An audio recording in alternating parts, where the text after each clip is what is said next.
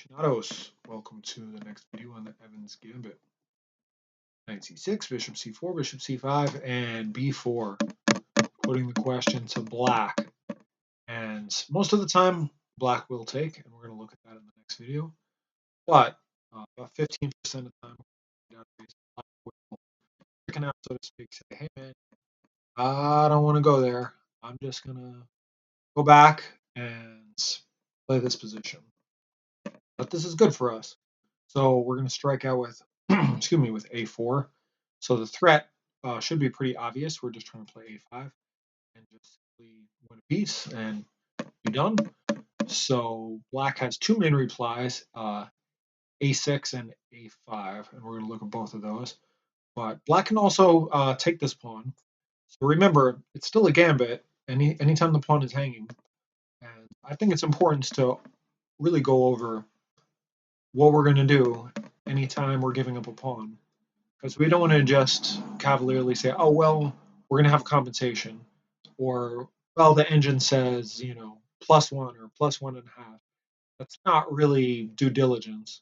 We have to be able to know what our investment is netting us, what we're gaining, and you should ideally be able to describe your advantage in in terms that you understand, not in some abstract number that, oh, you know, the chess god tells me that this is good, so that must be good, because you know that's not going to help you at all during a game. So let's just briefly look at what happens if black takes the pawn here. Black's gonna have quite a few opportunities to take this pawn, so we'll look at all of them.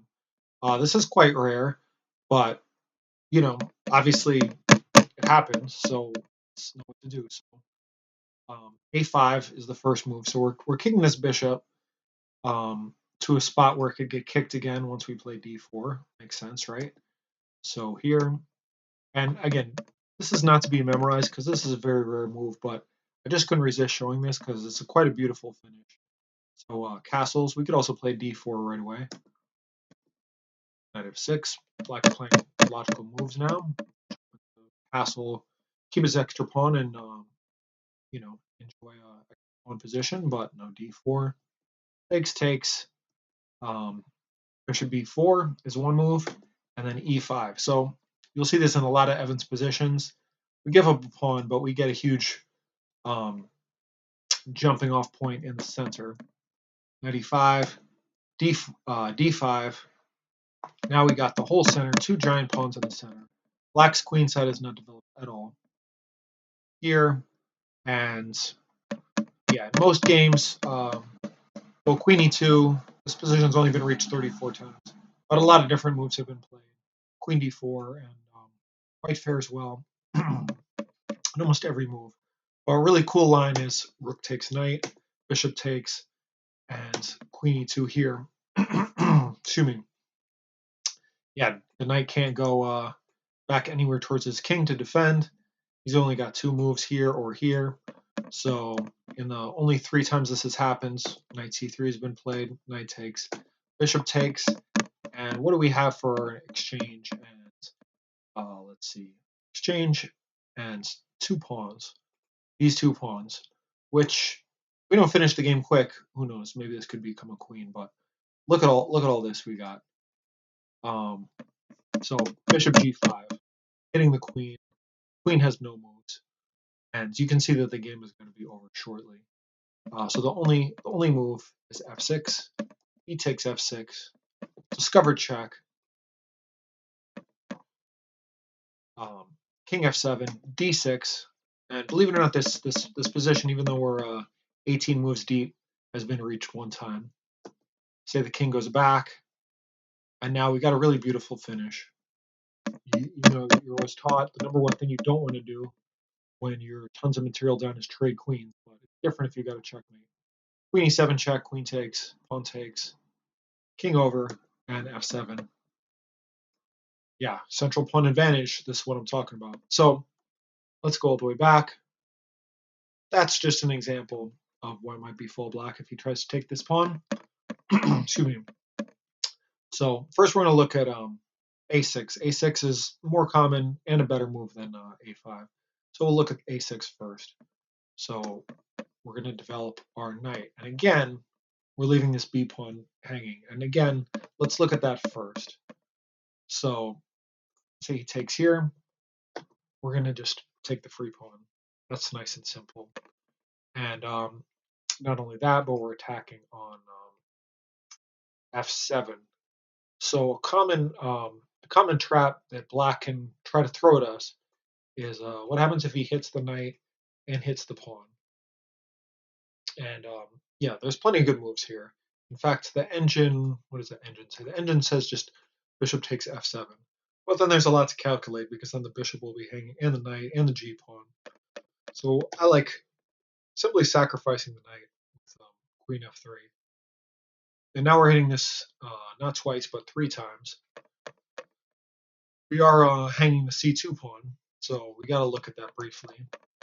Um, yeah, let's look at that first. The rook. We're going to take here, and so that's not possible. So after he takes our c pawn, he can't actually. And if he takes here, we can just trade everything, and material is equal. But and both kings have moved actually, so you could say, oh, black can't castle, but neither can white. But black has a big development lead. Excuse me, white has a big development lead. Extra space in the center. And yeah, the king will be more vulnerable here than our king here.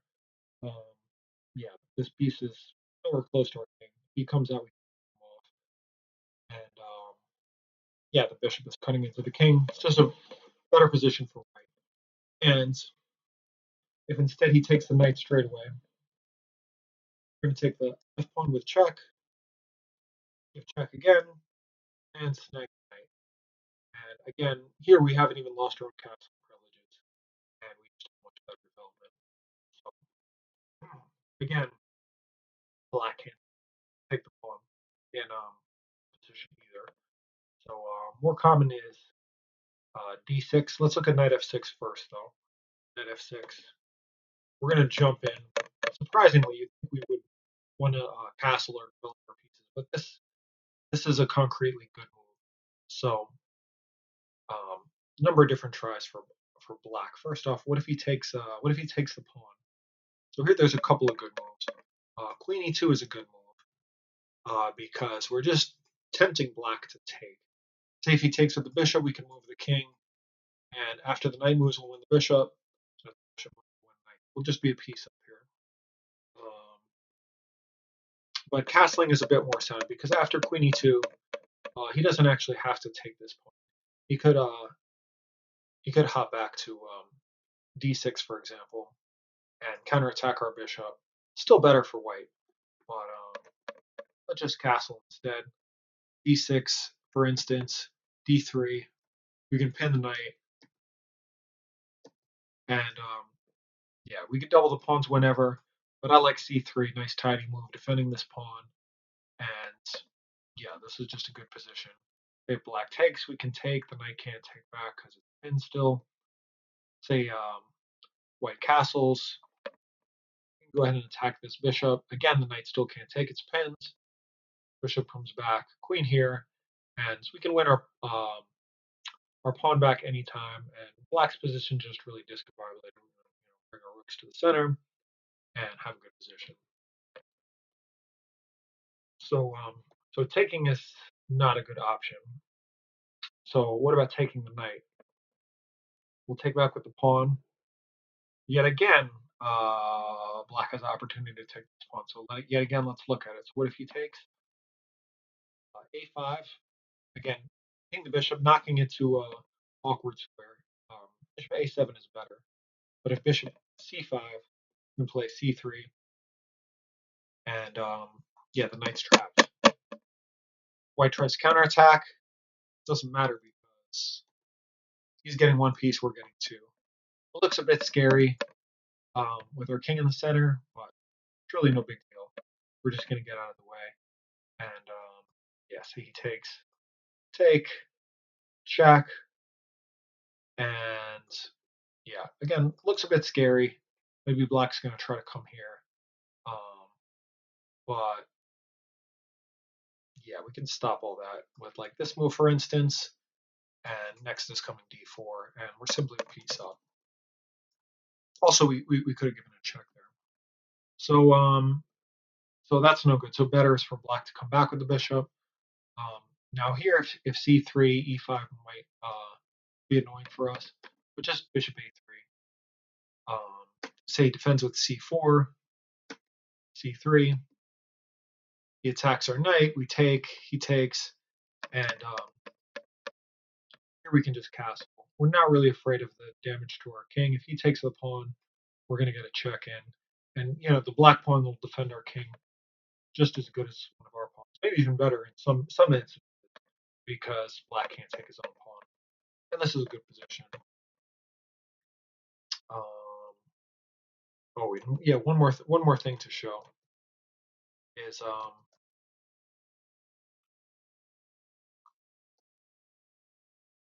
yeah. No, never mind. What was the variation? There was one cool variation. Oh, maybe yeah. Oh, it's here. Yeah. We can simply castle, because as soon as he takes our knight, remember we're also threatening his knight. If he takes, we're going to check first because the knight is hanging, the pawn is hanging. Take with check and take the pawn. So these variations are all pretty similar. So going back, where were we? Oh yeah, here we go. So yeah, so taking here, not a good idea. And if black hops in, we're going to play d6. So the idea is that we want to. Oh yeah, we're just keeping our bishop good and keeping his light squared bishop bad. If takes, for instance,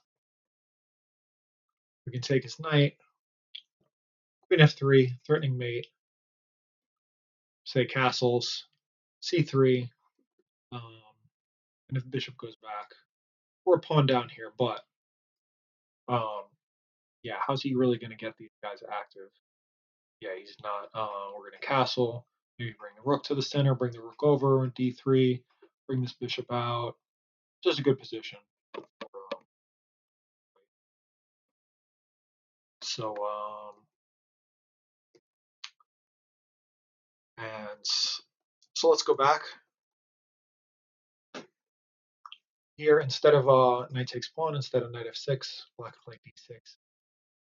But now d5, and this will probably transpose to knight f6 first, unless instead black tucks the bishop back.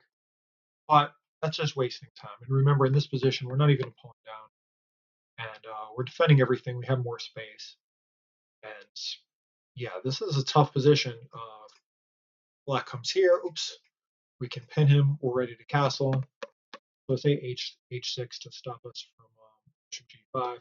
We can just castle, and yeah, we always have this up our sleeve.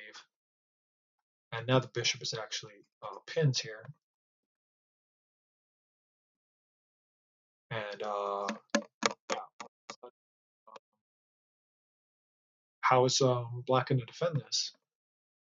b3 is not possible because then the rook in the corner hangs. So say black takes, we can take, and now b6, and yeah, it's ugly. It's clearly an ugly piece. And we can gang up on it further. And yeah, queen b8, black's desperately trying to hold on. And yeah, finally he's going to have serious trouble with this bishop. And obviously this rook is not much happier than this one. So I went over this quick. These are just some examples of the type of stuff to keep in mind. But obviously, if you get to this position, you're doing great. You're not even a pawn down, and your development is much better. So now briefly, let's look at one more line after to refresh before a4 and a5. So here we can kick the knight away, take the knight, kick the bishop away, and d4. And there's not really too much else to say about this position. It's kind of like an Italian game where white has gotten his pawns all the way up the board basically for free. For instance, takes, he can castle even, and if he takes back, queen b3, and yeah, we're just devastating black. He can't defend with the knight because we'll just take, and when he defends with the queen, we're going to take the pawn back, hop in, hit the queen, huge development lead. So that's no good. I go over some more in my study, and yeah, if he doesn't say if knight f6 instead, just e5, and next we're going to take the pawn back, and if d6, yeah, again we'll just take the pawn back, and we're not even a pawn down here, but we just have huge space on the queen side, two central pawns, and yeah, we're just going to develop our pieces and have easy life. So yeah, declining the sacrifice. Well, black avoids some of the crazy main lines. He's still not out of the woods, and we still have a nice attack going. So in the next video, we are going to go over what happens if black takes, and then play some inferior lines, and then finally after that, we're going to deal with the two main lines, which are bishop a5 and bishop e2. But in the video, we're going to go over what happens if bishop comes back here. Also, likewise, I'll note if knight takes, this is actually a symmetrical, not symmetrical. This is identical position to where bishop takes back here, which is actually the more common one at lower levels. So I will see you in that video. Any questions, comments, please post them, and I'll see you next time.